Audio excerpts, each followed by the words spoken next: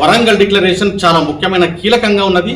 రైతు పూర్తి జీవితం వాటితో ముడిపడి ఉన్న పరిస్థితి ఈ రోజు నాడు ఉన్నది. మనకు విచిత్రం ఏంటంటే అయ్యా 9వ తారీఖు వరకు మీకు ఏమైనా వడ్లు ఉంటే అమ్మబోకండి, నేను రాగానే 500 రూపాయలు బోనస్ ఇచ్చుకుంటాను. దౌర్భాగ్య స్థితి ఏంటంటే రైతులు ఆశాజీవులం అండి. ఏ మూలకి ఎలకగొట్టినా కింటల్ తక్కువ వెళ్తాయి. అరే కింటల్కి 500 రూపాయలు వెళ్తున్నాయని చెప్పి ఆశపడి వారు వడ్ల గింజల లాంటి రైతు పండించే పంట లాంటి ఓట్లను వారు దండుకొని ఈ రోజు నాడు సన్నవడ్డ అంటున్నాడే. అది బాధిక కిసాన్ సంఘ్ చెప్తున్న మాట ఏంటంటే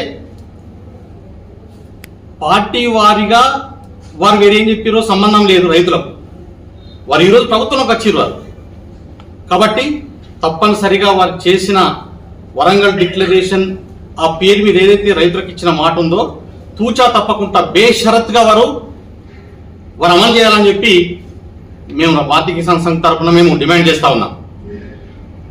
పేర్లు చదివితే టెక్నికల్గా మనకు అన్ని వాట్సాప్లో ఉన్నాయి, మనకు నెట్లో కూడా దొరుకుతాయి. కాబట్టి అది ఆ రోజు నాడు మనకు అన్ని కూడా మేము దాన్ని కులంకషంగా చర్చించి ఏదేది ఏందనేది చెప్తా ఉంటాము.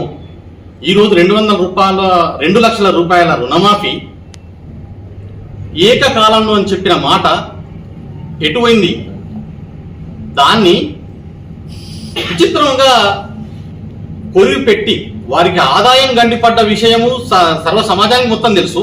దాన్ని మర్చి ఆయన ఇచ్చిన మాటను నిలబెట్టుకోకుండా ఈరోజు ఎంత వీలైనంత సమాజాన్ని డైవర్ట్ చేసే విధంగా దానిపైనే కాలయాపన చేసి రైతులను ఆత్మహత్యకు గురి చేసుకోవడానికి ఈరోజు రాష్ట్ర ప్రభుత్వము వాళ్ళు బేషరతుగా వాళ్ళు ఇచ్చిన మాటని మేమేమి అడుగుతలేం, కొత్త గొంతమ కోరిక అడుగుతలేం. మేమే వారు ఏదైతే మేము వస్తే ఇస్తామని చెప్పారో దాన్ని తప్పనిసరిగా అమలు చేయడం కోసం ఈరోజు భారతీయ కిసాన్ సంఘ్ కామారెడ్డి సభ నుంచి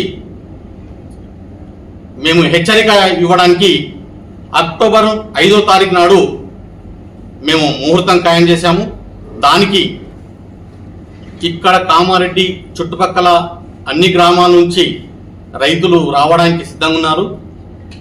కనీసం 15,000 మంది సంఖ్యతో రాష్ట్ర వ్యాప్తంగా వచ్చే సంఖ్య కాదు. ఇక్కడ మనం చేసే సభకు 15,000 మంది రైతులతోని సభ నిర్వహించడం కోసం మనం ఈరోజు ముందు పోతా ఉన్నాం. కాబట్టి దీనికి రైతు సోదరులు కూడా మీ ద్వారా నేను విన్నవించేదంటే మనము కిసాన్లు ఆడుతున్న ఒక దోబూచలాట మాకు తెలిసిన ఒక రైతులకు తెలిసిన విధంగా మేము నష్టపోతున్నది మేము ఉండడానికి ఈరోజు ప్రయత్నం చేస్తా ఉన్నాం. జిఎస్టీ ఉదాహరణకు ముడి సరుకుల పైన జిఎస్టీ ఉంటుంది. వస్తువు తయారు చేసినాక మళ్ళీ వాళ్ళు జిఎస్టీ వేసి అమ్ముతూ ఉంటారు. మేము కొన్న ట్రాక్టరు కల్టివేటరు తయారు చేసేటప్పుడు జిఎస్టీ పడుతుంది. మేము కట్టి తీసుకుంటాం జిఎస్టీ. మేము దాన్ని ఉత్పత్తి చేయాలంటే మేము వాడుకున్నప్పుడు మేము పండించే పంట మీద జిఎస్టీ రాదు. అది మేము కట్టి నష్టపోతున్నది. అది కాబట్టి 2 ప్రభుత్వాలను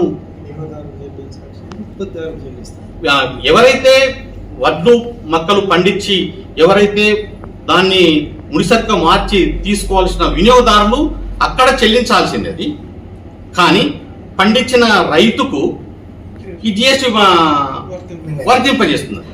కాబట్టి దీన్ని 2 ప్రభుత్వాలు వాళ్ళ కమిటీ ఉంటుంది కదా, ఆ కమిటీలో జిఎస్టీ కౌన్సిల్ ఏదైతే ఉందో తప్పనిసరిగా మాకున్న పరిధి మీ ద్వారా వాళ్ళకు సూచన చేసేది ఏంటంటే ఆ కౌన్సిల్లో బహుశా 2 ప్రభుత్వాలు దాంట్లో భాగస్వామ్యం ఉంటాయి. కాబట్టి దీన్ని తప్పనిసరిగా దాని వాళ్ళు స్వీకరించి దీని మీద ఆలోచించాలి అని చెప్పి మా కిసాన్ సంఘ్ రైతుల తరఫున మేము డిమాండ్ చేస్తా ఉన్నాం.